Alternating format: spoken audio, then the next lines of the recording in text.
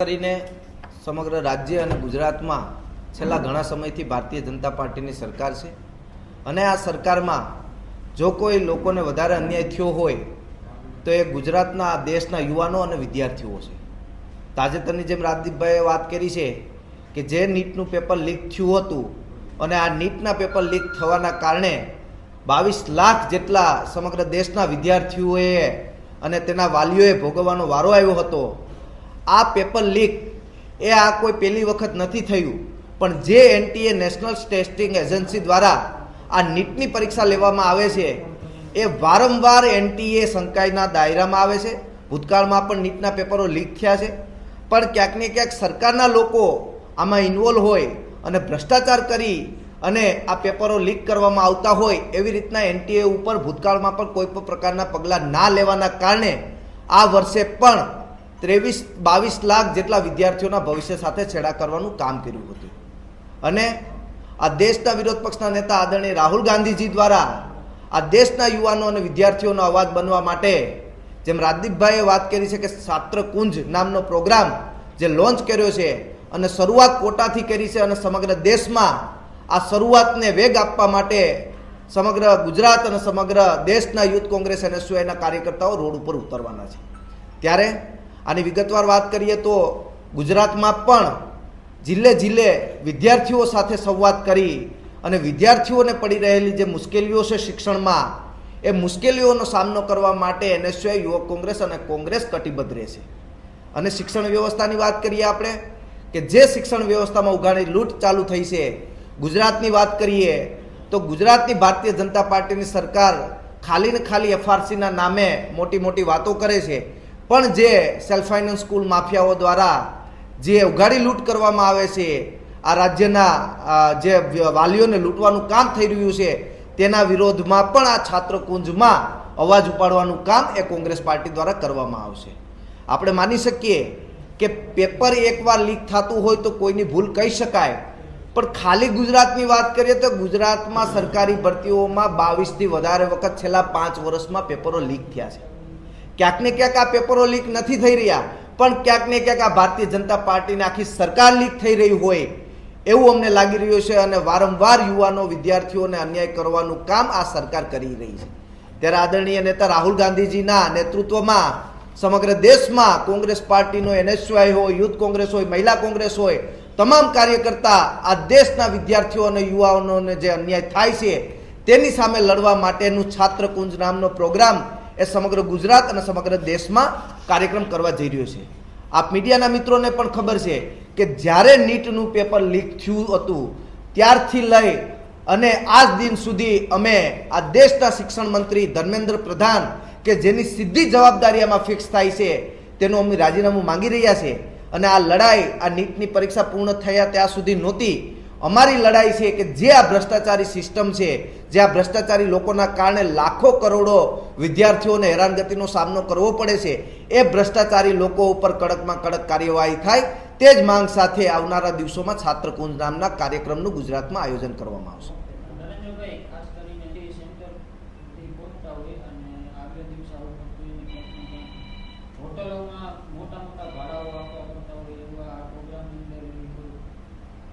ખાસ કરીને આપણે જ્યાં સુધી સરકારને કહી શકાય ત્યાં સુધી કહેતા હોય છે, પણ હું અભિનંદન આપીશ સામાજિક સંસ્થાઓને, સામાજિક આગેવાનોને કે જે આ પરીક્ષાઓ માટે ખૂબ આગળ આવતા હોય છે, રહેવા જમવાની વ્યવસ્થા કરતા હોય છે, પણ ક્યાંક ને ક્યાંક આ જવાબદારી સીધી સરકારની થતી હોય છે, કેમ કે સરકાર તેની પાસે પરીક્ષાના નામે પૈસા ઉઘરાવતા હોય છે।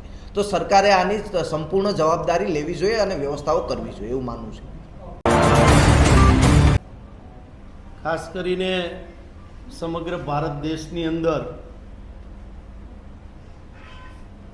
દિલ્હીથી લઈને ગુજરાત લગી અને રાજસ્થાન સમગ્ર દેશના અલગ અલગ સ્ટેટોની અંદર જે નીટની એક્ઝામનું પેપર ફૂટ્યા પછી વિદ્યાર્થીઓની જે માનસિકતા તણાવ હતી એ અવાજને સરકારની સામે મજબૂતાઈથી રાખવા માટે લોકસભાના વિપક્ષી નેતા માનનીય રાહુલ ગાંધીજી દ્વારા એક સમગ્ર ભારતની અંદર છાત્ર ગુંજ કરીને એક કાર્યક્રમનું આયોજન થયું, જેમાં રાજસ્થાનની અંદર જયપુર ખાતે હજારોની સંખ્યામાં જે ભોગ બનનાર વિદ્યાર્થીઓ હતા એમની સાથે ચર્ચા થઈ અને આ વિદ્યાર્થીઓના અવાજ બનીને સમગ્ર દેશની અંદર શિક્ષણના નામે ઉગાડી લૂંટ, પેપર લીક, પરીક્ષા કૌભાંડો સામે ગુજરાતમાં યોજાશે છાત્ર ગુંજ, એના માટે આજે તમને બધાને બોલાવ્યા છે.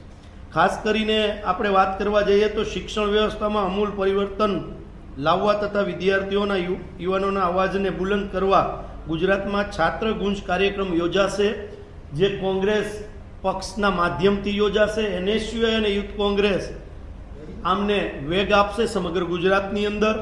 અને નીટની એક્ઝામની અંદર 22 લાખ કરતાં પણ વધારે વિદ્યાર્થીઓએ આ એક્ઝામ આપી હતી. એનો ખર્ચ જે સરકાર જે પેપરનો ખર્ચ લે છે પરીક્ષા આપવાનો, એ 1,32,00,000 નો ખર્ચ વિદ્યાર્થીઓએ સમગ્ર દેશની અંદર કરેલો, જેમાં ભારત દેશનું આપણું શિક્ષણનું જે બજેટ છે એ 1,40,000 કરોડનું છે.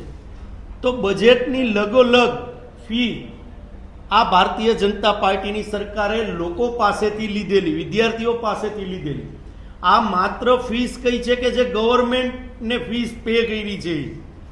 વિદ્યાર્થીઓના વાલીઓ એટલે કે પેરેન્ટ્સ એના માટે ક્યાંય ક્લાસીસ અલગથી રાખ્યા હોય, હોસ્ટેલમાં અલગ વ્યવસ્થા કરી હોય, એમનો જમવાનો ખર્ચ એ આમની અંદર આપણે એડ નથી કર્યો. જો એમની અંદર આ ખર્ચ એડ કરવામાં આવે તો ભારત દેશનું જે શૈક્ષણિક બજેટ છે એના કરતાં પણ આ રકમ છે એ મોટી થઈ જાય.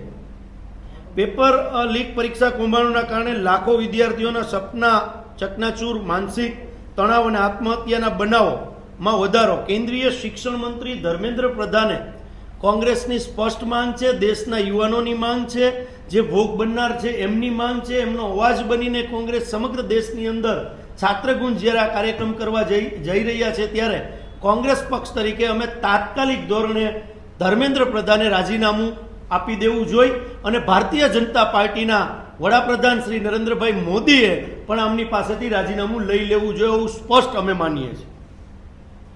મોદી સરકારના 10 વર્ષના શાસનમાં 88 પેપર લીક થયા અને 48 પરીક્ષાઓ ફરીથી લેવામાં આવી. આપણે ડિટેલમાં જો આની ચર્ચા કરવા જઈએ તો સમય પણ આપણી પાસે ટૂંકો પડે એટલા પેપરો ફૂટ્યા છે. ગુજરાતની આપણે વાત કરવા જઈએ તો ગુજરાતની અંદર તલાટીથી લઈને ફોરેસ્ટ ઓફિસરથી લઈને અનેક પેપરો ફૂટ્યા છે અને ક્યાંક ને ક્યાંક વિદ્યાર્થીઓ નાસીપાસ થઈને કાંઈ પોતાને ડ્રોપ આઉટ રેશિયો લઈ લે છે, ભણવામાંથી ડ્રોપ આઉટ રેશિયો લઈ લે છે, અથવા એમને પોતાનું સપનું, જીવનનું જે કેરિયરનું જે સપનું જોયું હોય કે આપણે અહીંયા પહોંચશું, ક્યાંક ને ક્યાંક એ સપનું પણ રોડાઈને પાછા ફરીથી ક્યાંક નાની એવી સર્વિસ અથવા કોઈ પણ કામમાં લાગી જાય છે. એટલે આ દેશના યુવાનોને એક અલગ દિશામાં ધકેલવાનું કામ અત્યારની ભારતીય જનતા પાર્ટીની ગુજરાતની સરકાર અને વર્તમાન દિલ્હીની સરકાર કરી રહી છે, આવું સ્પષ્ટ અમે માનીએ છીએ. અનેક પેપરો ફૂટ્યા પછી પણ હજી સરકાર માત્ર ચોથી જાગીર સામે ક્યાંક ને ક્યાંક નિવેદનોની વાત આવે છે. જે પગલાં લેવા જોઈએ કે જે દાખલો બેસે એવા પગલાં, આપણે ગુજરાતથી છીએ તો ગુજરાતની આપણે વાત કરીએ કે ગુજરાતમાં આટલા પેપરો ફૂટ્યા પણ ગુજરાતની સરકાર દ્વારા એક એવો દાખલો બેસાડવામાં નથી આવ્યો કે જેથી કરીને સમગ્ર દેશ છે એ દાખલો લઈને કોઈ આવા પરીક્ષાની અંદર જે પેપર ફોડતા હોય એ લોકોને ડર લાગે.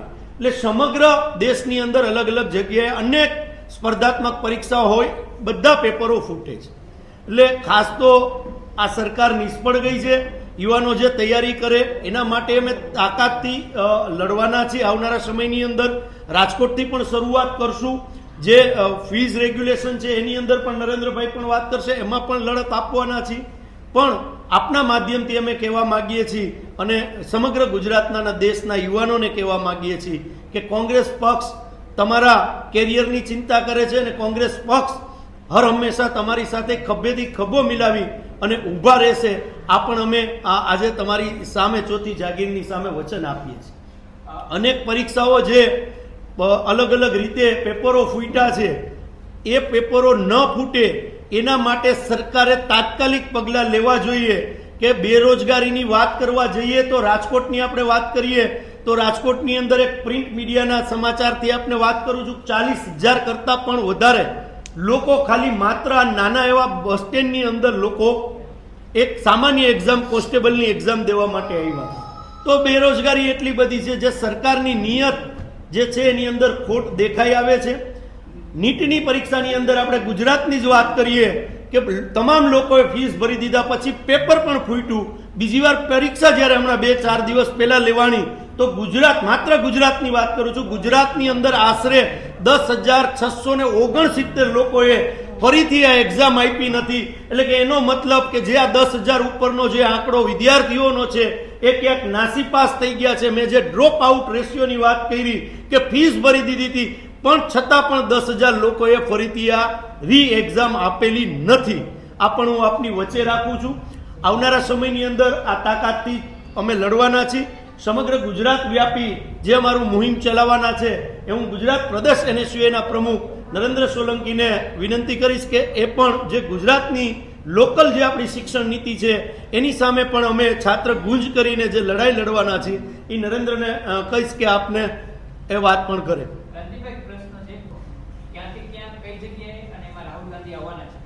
ગુંજ કાર્યક્રમ અમે સમગ્ર દેશની અંદર લઈ જવાના છે.